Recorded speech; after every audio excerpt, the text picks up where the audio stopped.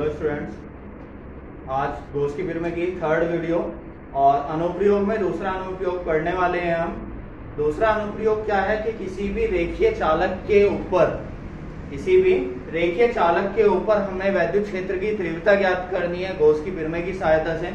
उसी के लिए बात कर लेते हैं किस तरीके से रेखीय चालक में हम यहाँ पर तार लेते हैं, और तार भी किस तरीके का कि हम अनंत लंबाई का तार मान के चलते हैं, क्योंकि क्वेश्चन हमारा दोनों तरीके से पूछा जा सकता है कि किसी रेखीय चालक के ऊपर गॉस की प्रमेय की सहायता से विद्युत क्षेत्र की तीव्रता ज्ञात कीजिए, या इसको इस तरीके से घुमा के भी क्वेश्चन पूछा जा सकता है कि किसी अनंत लंबाई के चालक पर विद्युत क्षेत्र की तीव्रता गॉस की प्रमेय की सहायता से ज्ञात करनी है। देख लेते हैं इस डेरिवेशन को किस तरीके से करना है। सबसे पहले हम क्या करते हैं कि एक अनंत लंबाई का हमने चालक तार दे लिया है। अब इसके ऊपर हमने यहाँ से किसी भी एक बिंदु से इसको प्लस क्यू आवेश देना शुरू कर दिया है, और जैसे ही हम इसको प्लस क्यू आवेश देते हैं तो प्लस क्यू आवेश देने के कारण इसके ऊपर हमारा एक वैद्युत क्षेत्र बनता है। और जब देखो हमारा चालक कैसा है, एक रेखीय चालक है, तो इसके ऊपर हमारा जो वैद्युत क्षेत्र बनेगा वो हमारा एक बेलनाकार हमारा वैद्युत क्षेत्र बनेगा। फॉर एग्जांपल जैसे कि मेरे पास अभी मैं बताता हूँ कि ये कोई रेखीय चालक है। अब मैंने इसको किसी भी एक बिंदु से यहाँ से मैं इसको आवेश देना शुरू करता हूँ। अब जैसे ही मैं इसको आवेश देता हूँ तो आवेश के कारण अब देखो यहाँ पर जो आवेश है वो हमारा लंबाई में चलेगा, और जो हमारे लंबाई के साथ साथ इसके चारों तरफ भी हमारा वैद्युत क्षेत्र बनेगा। तो किस तरीके से होगा कि इसके अंदर लंबाई भी है और हमारा क्या होगा, एक वृत्त के आकार का ये बनाता हुआ चलेगा। तो यानी इससे हम सीधा सीधा बोल सकते हैं कि रेखीय चालक के ऊपर जो हमारा वैद्युत क्षेत्र बनेगा वो हमारा बेलनाकार वैद्युत क्षेत्र बनेगा। ठीक है, तो उसी के लिए जैसे ही हमने यहाँ पर एक तार दिया है अनंत लंबाई का और इसको हमने क्यू आवेश दिया है, तो इसके चारों तरफ ये हमारा कोई एक वैद्युत क्षेत्र बन जाता है। इस तरीके का एक वैद्युत क्षेत्र बनता है जिसको मैं बेलनाकार बताता हूँ। और इस बेलनाकार की हमारी क्या होती है, अगर मैं इस बेलनाकार क्षेत्र की लंबाई L बोलता हूँ, कितनी बोल दी है मैंने, इस बेलनाकार क्षेत्र की लंबाई L बोली है, और जो हमारा चालक तार था इस चालक तार से R दूरी पर, इस चालक तार से R दूरी पर मैं कोई एकांक क्षेत्रफल लेता हूं D। ठीक है, अब देखो यहाँ पर है तो हमारा जो वैद्युत क्षेत्र होगा, वैद्युत क्षेत्र की दिशा भी कहाँ होगी, हमारी बाहर की तरफ होगी। तो वैद्युत क्षेत्र की दिशा भी हमने बाहर की तरफ ले ली है, वैद्युत क्षेत्र की तीव्रता E। ठीक है, अब यहीं से हम देखो शुरुआत करते हैं। वही जैसे कि हमने पहले वाली वीडियो में बताया था, मैं कोई एक्स्ट्रा चीज नहीं बताने वाला हूँ इसमें, सिर्फ वही है कि हमें कहाँ से स्टार्टिंग करनी है। जब पहले वाली वीडियो की तरह इसको भी हम वैद्युत फ्लक्स की परिभाषा से जोड़ते हैं, और वैद्युत फ्लक्स की परिभाषा से हम फाई ई का यानी फ्लक्स का मान ज्ञात कर लेते हैं, और उस फ्लक्स के मान को गॉस की प्रमेय के साथ जोड़ देते हैं। किस तरीके से देख लेते हैं कि हमारे यहाँ पर सीधे सीधे वैद्युत फ्लक्स की परिभाषा का ही यूज करेंगे। तो वैद्युत फ्लक्स की परिभाषा से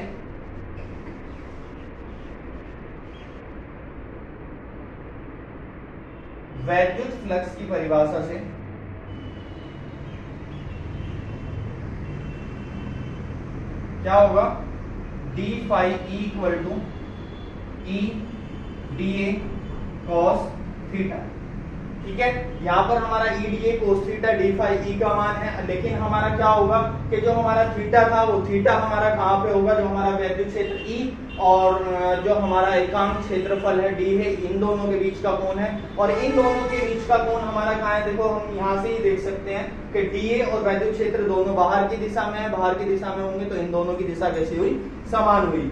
तो ई व डी ए समान दिशा में होंगे, वैद्युत क्षेत्र ई व एकांक क्षेत्रफल डीए समान दिशा में है,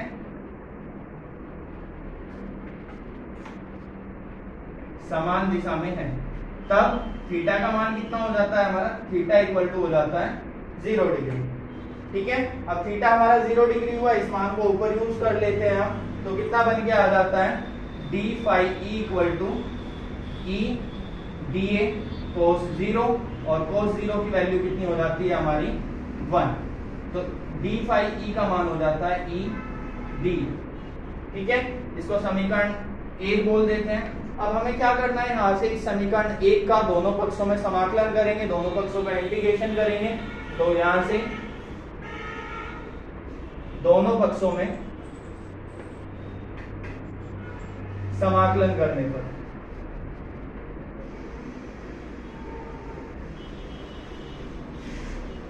दोनों पक्षों में समाकलन करेंगे तो हमारा कितना हो जाता है, D phi E equal to हमारे पास बन जाता है समाकलन ऑफ या integration of E D A. ठीक है, ई डी ए।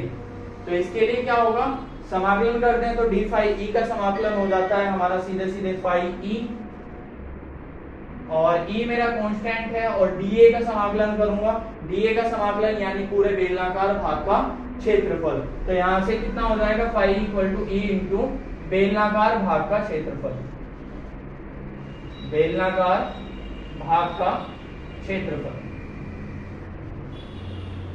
ठीक है, अब बेलनाकार भाग का क्षेत्रफल हमें ज्ञात करना है यहीं से। अब देखो लंबाई कितनी है या ऊंचाई कितनी है, हमारी बेलन की ऊंचाई कितनी है, एल है, और हमारा जो उसकी त्रिज्या है वो है हमारे पास में आर। तो बेलन का क्षेत्रफल का फॉर्मूला होगा हमारा, या बेलनाकार भाग का क्षेत्रफल वो होता है हमारा 2 पाई आर एच होता है बेलनाकार भाग का क्षेत्रफल, लेकिन यहाँ पर हमारी त्रिज्या आर है और उसकी ऊंचाई है एल, तो इसका क्षेत्रफल बन जाता है हमारा 2 पाई आर इंटू एल। तो बेलनाकार भाग का क्षेत्रफल यूज कर लेते हैं हम, phi E equal to E multiply 2 pi R L. इसको समीकरण हम क्या बोल देते हैं, समीकरण 2 बोल देते हैं। ठीक है, तो यहां तक का तो यूज कर लिया हमने वैद्युत फ्लक्स की परिभाषा का। अब इससे आगे क्या काम करते हैं, क्योंकि गॉस की फिल्में की सहायता से हमें इसका यूज करना था, तो गॉस की फिल्में का यूज करते हैं। गॉस की